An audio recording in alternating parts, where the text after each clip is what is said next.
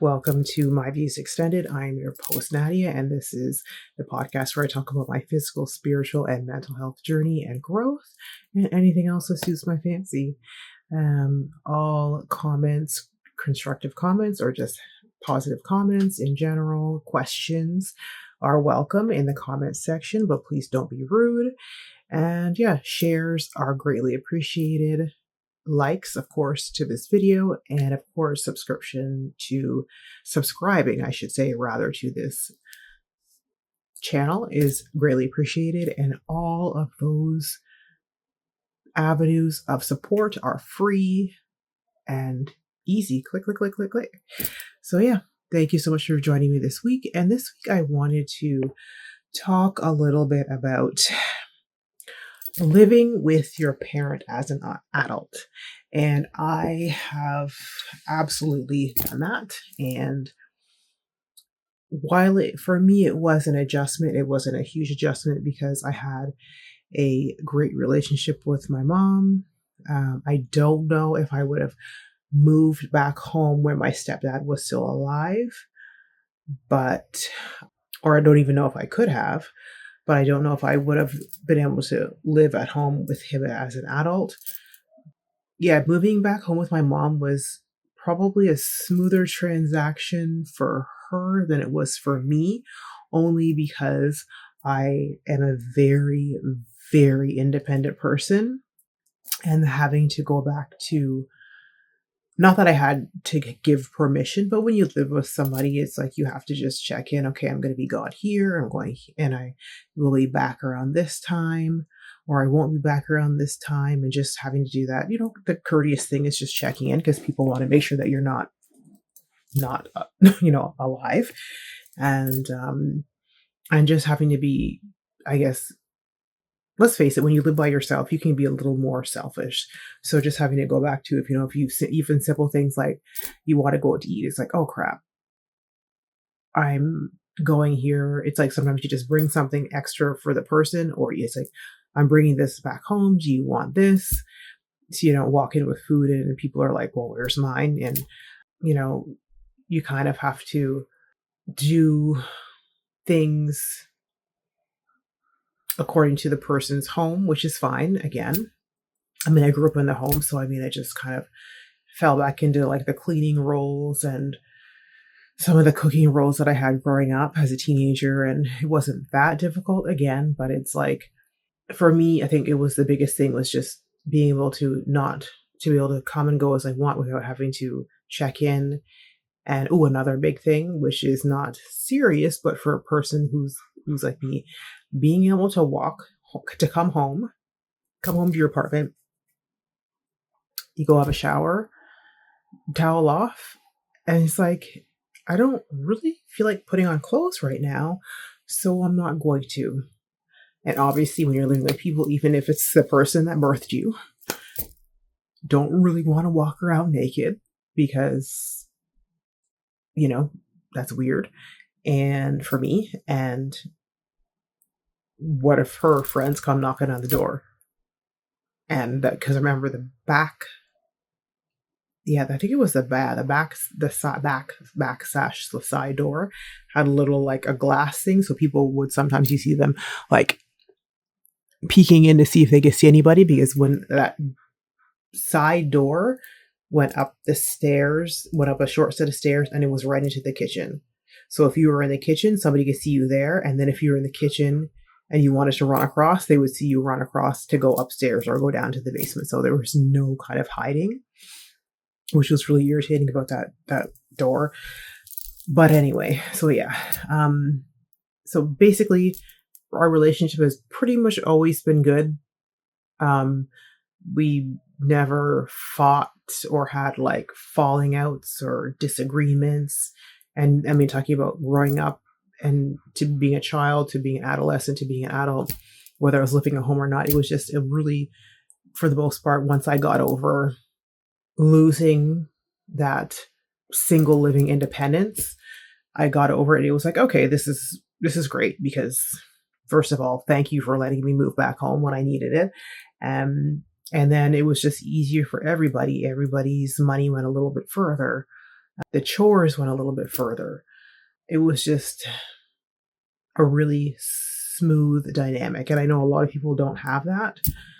If your relationship wasn't great, or even if it was great, all of a sudden you're moving back. You haven't been living with these people for, say, 10, 15, 20 years, and all of a sudden you're back. And it's like, oh, I'm not a kid anymore. And they're realizing you're not a kid anymore.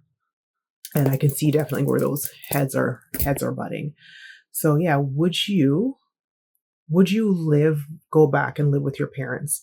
And not even just for finances, if you're having mental health issues, like I was having mental health issues, and I've spoken about this before, or you had physical issues, say you had illness or injury, and you had to move back home, or maybe you had a separation and you have kids and you need an opportunity to get back on your feet.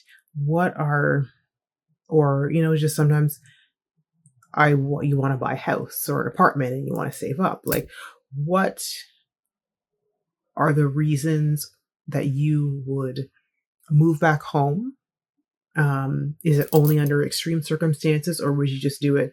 Maybe your parents are getting older. That's another huge thing. Of people's parents are getting older and their parents don't want to sell their home, but they're just getting older and you're worried about, things like falls, or they're on a lot of medications and you just want to be there just to kind of make sure that the day-to-day things are occurring. And if something does happen, that you're there. Nursing care is great, but nursing care is expensive. A lot of people just can't afford good quality nursing care. And so depending on your job, some people have flexible jobs, maybe they own their own businesses. And so it's easy for them to move in and they can work their parents' life and schedule around their work schedule. There's just so many benefits. So yeah, let me know, would you move back home? Would you move back home forever until your parents pass away? Would you move back home with a timeline? Or once I get this amount of money saved up, then I'm gone? Like, what would be the criteria for you? I'd love to hear in the comment section. And I guess I should also say another reason why this topic came up to me is we are going into especially the US and Canada, we're definitely going into a recession. We are in a recession. And the way that things are looking in the US, they are going into a depression. So things are going to get tough for everyone. There's going to be a lot more people, generations bunking up, not just culturally, because culturally, like for my family, culturally, it's very normal. Not all Caribbean people, but a lot of Caribbean people, it's very normal for generations to live together. That's normal for us. I know a lot of other ethnicities, South Asian and African and, Arab and other, Chinese, Filipino, et cetera, et cetera. There's so many ethnic cultures where it's very normal for generational living. And with the way the economy is going, and it's crazy to me, like I'm still we're looking for a new place to live. And it's like, in whose economy, who can afford, like I see all these, and you see all these, every time you see a crane up in the sky, that basically means an apartment, a high rise is going up in residential areas. And it's like, who's buying these $4,500 apartment or renting these apartments? People don't even make, in Metro Vancouver, it's like you need a minimum of $25 an hour to live. And this is not living extravagantly. This is not going on vacation. This is just being able to pay your rent, pay your bills, food, savings, like emergency savings, or retirement. Because, by the time we're old, there's going to be no CPP, and that's Canadian Pension Plan, I believe is Canadian pension plan, Canadian pension plan. It's like there's going to be no retirement for us. So this is not living extravagantly. This isn't going out to dinner, 2, 3 times a week. This isn't going on extravagant vacations 3, 4 times a year. This isn't having closets full of designer clothes. This $25 is paying for the basics in a basic 1, 2 bedroom, maybe 3 bedroom apartment. Maybe if you're lucky, you get a little townhouse or a little condo with maybe a little smaller second floor. This is nothing extravagant. So I'm looking at this economy and looking at apartment prices, 2 bedrooms, because we're both adults, we're not children, and $3,000 for what? For what? Who's affording these apartments? Because the only way you're going to afford these apartments is if you're putting 50 to 60% of your salary, of your monthly salary, towards these rents. Because what is it? Let me see if I remember. I think, isn't it 30, or you should be spending no more than 30 or 35% of your salary. Hold on, let me look now. God. Okay, yeah, no more. Your monthly rent should not exceed 30% of your gross, not net, your gross monthly income.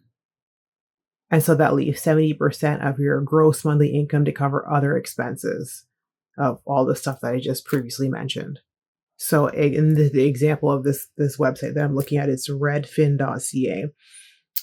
Let's see. So for example, if you make $50,000 per year and follow the 30% rule, you'd have $1,500 annually, up to $1,250 per month to spend on rent. When we move,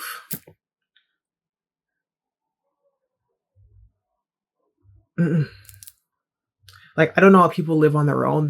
The way we're living now, and the way we have our rental budget has to go up to leave and go someplace new. There's no way that we could not spend 50% of our salary and live on and try to live on our own. The only way we're keeping our monthly expenses or our percentage down of our gross monthly income is because we're putting our money in together.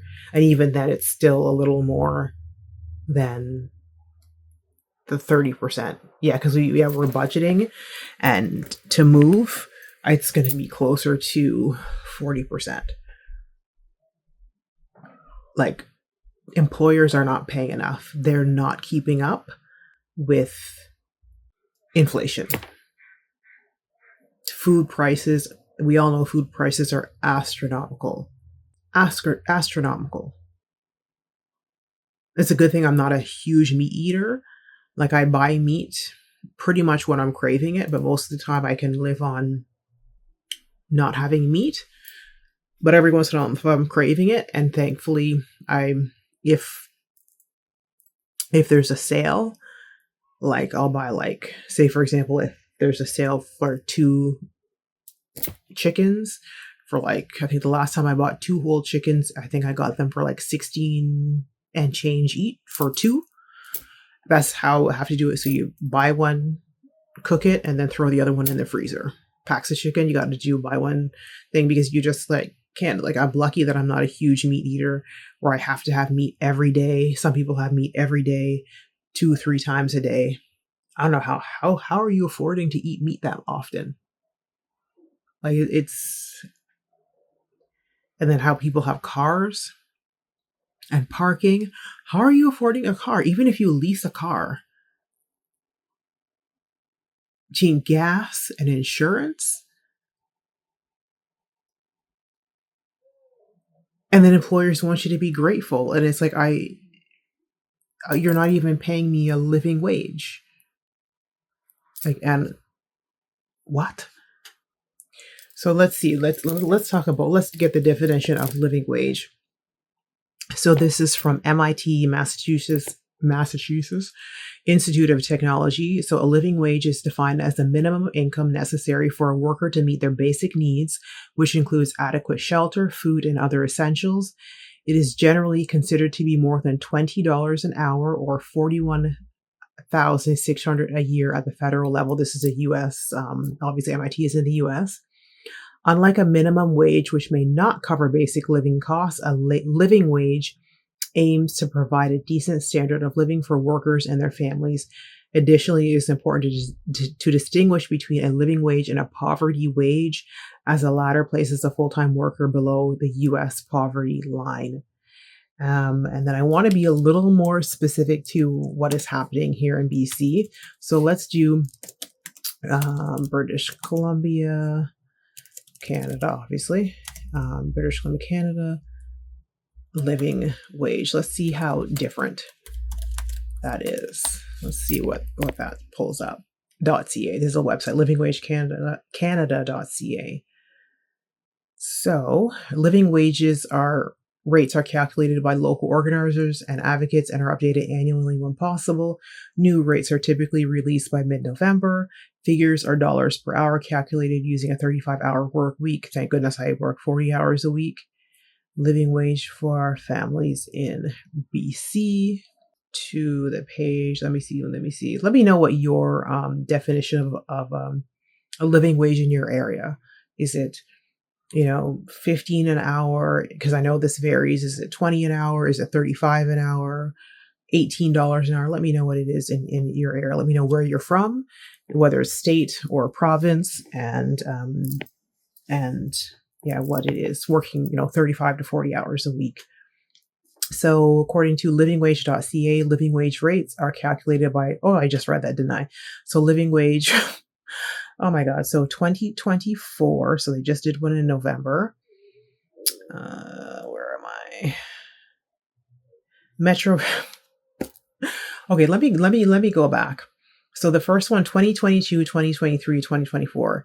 In Metro Vancouver, 2022, the living wage per hour at 35 hours a week was $24.08. 2023, did I say 22? The previous one was 2022. 2023, the living wage in Metro Vancouver, $25.68. And the latest one that just was, I guess, assessed in 2024 is $27.05 for a living wage to meet your basic necessities, basic housing needs, food needs, shelter, food, transportation, whether that's a car or public transportation in my case. So I want to know how many of you are making minimum of $27.05 an hour, because I know I'm not. I'm not making $27.05 an hour.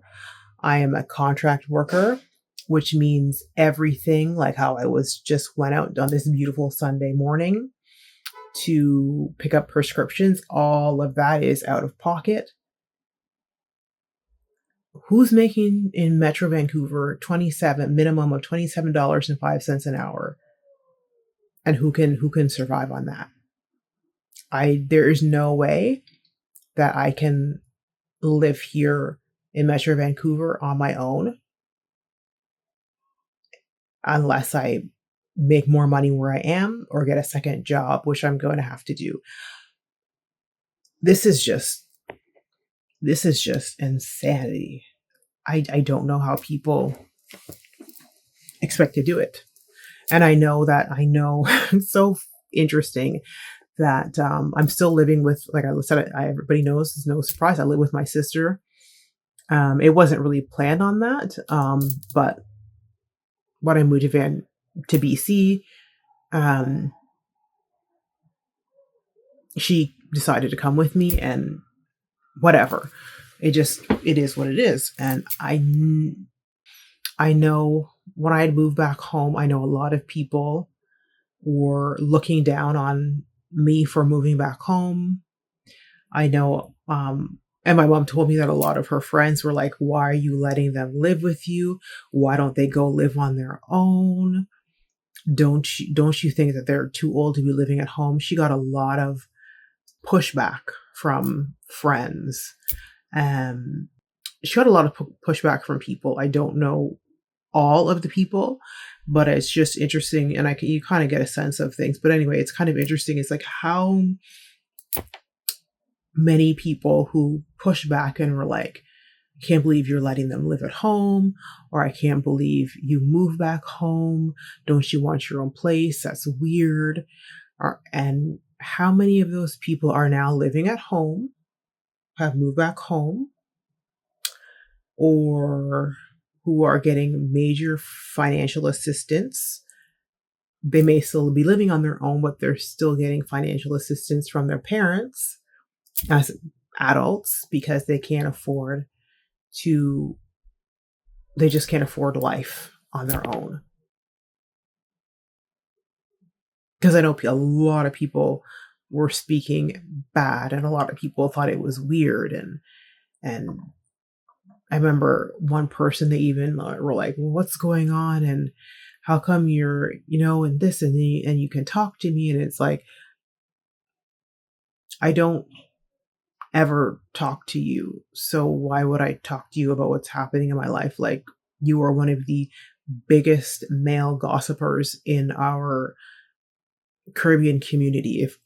Even if I wanted to tell you what's going on in life, the minute I tell you, it's gonna be around the whole city.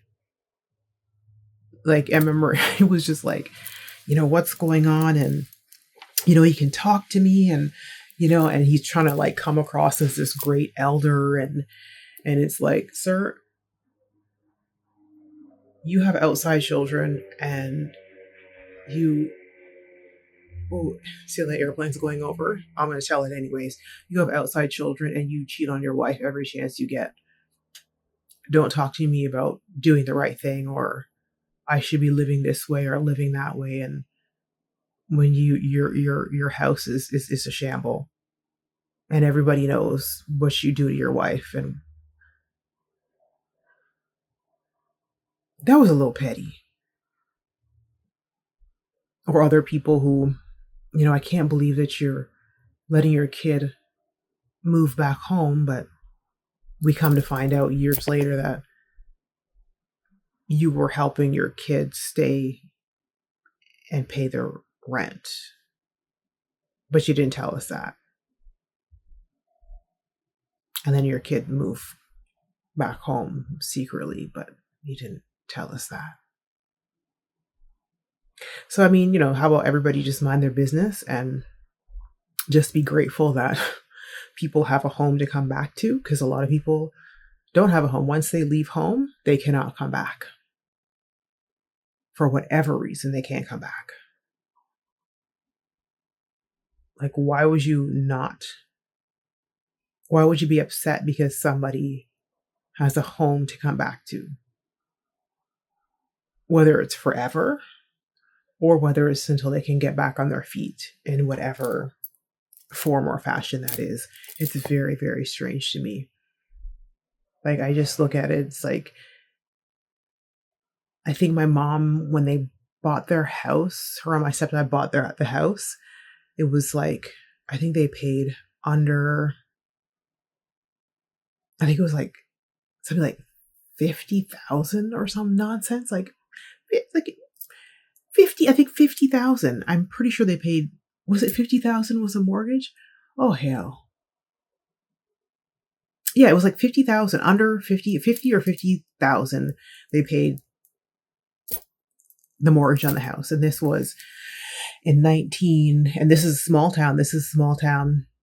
We got average about 71,000 people. So this is a small town. And this was 1980.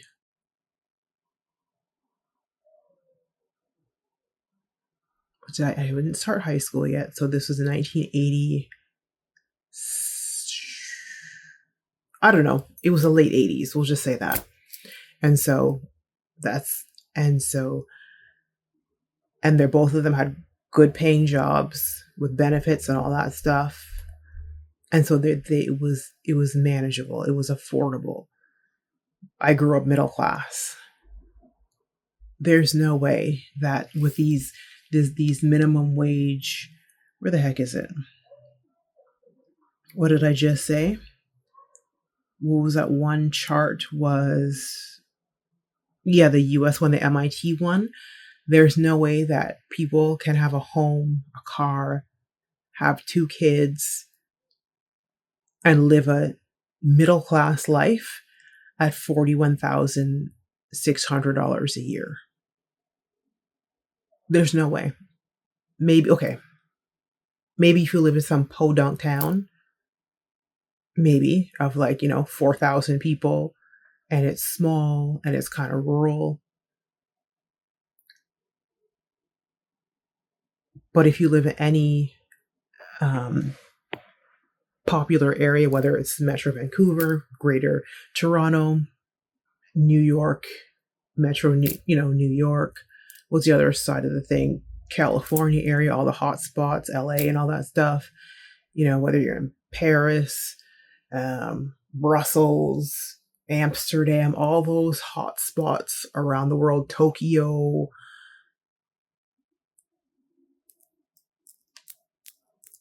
You cannot live a middle class life on living wage. If you're getting living wage, you're just skirting down. You make $5,000, $10,000, say $10,000 less. Poverty level. Poverty line, if they actually put together the actual poverty line and the living wage and changed it, the poverty line, they would have to update the poverty line. The poverty line would be closer to the living wage, not the other way around, not the living wage being closer to the poverty line. That's how bad things are. But of course, the government's not going to do that. Like I, honest to God, I worry about my old age. I worry about when I'm actually going to be able to retire. And then when I do retire, am I going to be able to still live comfortably? I would love a home. I'm not a fan of apartment living. I do not like apartments. I do not like condos. I do not like living above, underneath, and beside people. I like detached homes. I always grew up in a home. So maybe some people would say I'm spoiled, but I always grew up in a home. I didn't grow up in apartments. So being in apartments, growing up in a home, and then when I moved out for, the 14, 15 years that I lived on my own, back to apartments, and then I got to go back home, and I was like, oh, house again. I got a house again. I love my house. I love my house and a yard, and then you move, and I move to BC, and I'm back in apartments again, and I'm like, because you move to a smaller town, unless your job is remote and your company allows you to continue to work or move to remote work, and then you can live in a smaller town, you're going to have to give up your job with a higher wage and take the lower wage in a town that cost of living is less, but the wage is less. So you're basically stuck still in the poverty line, which is higher than the federal poverty line. It's actually higher. You can make more and still be poor as shit.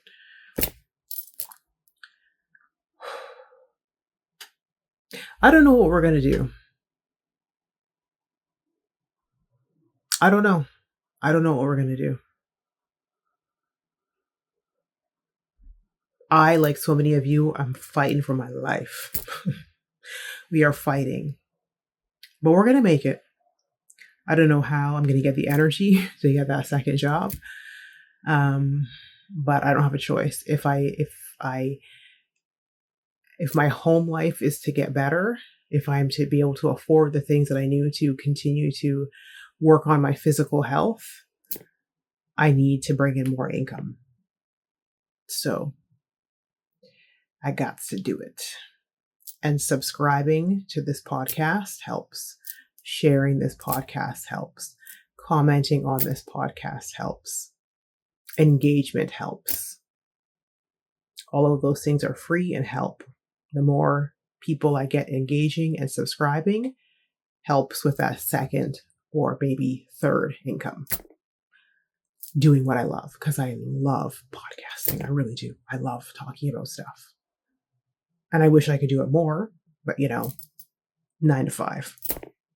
So anyway, yep, this is it. This is My Views Extended. I am your host, Nadia, based out of Metro Vancouver, British Columbia, Canada. And this is a podcast where I talk about my spiritual, physical, and mental health journey and growth and anything else that suits my fancy. Thank you so much for tuning in. I will see you in the next one.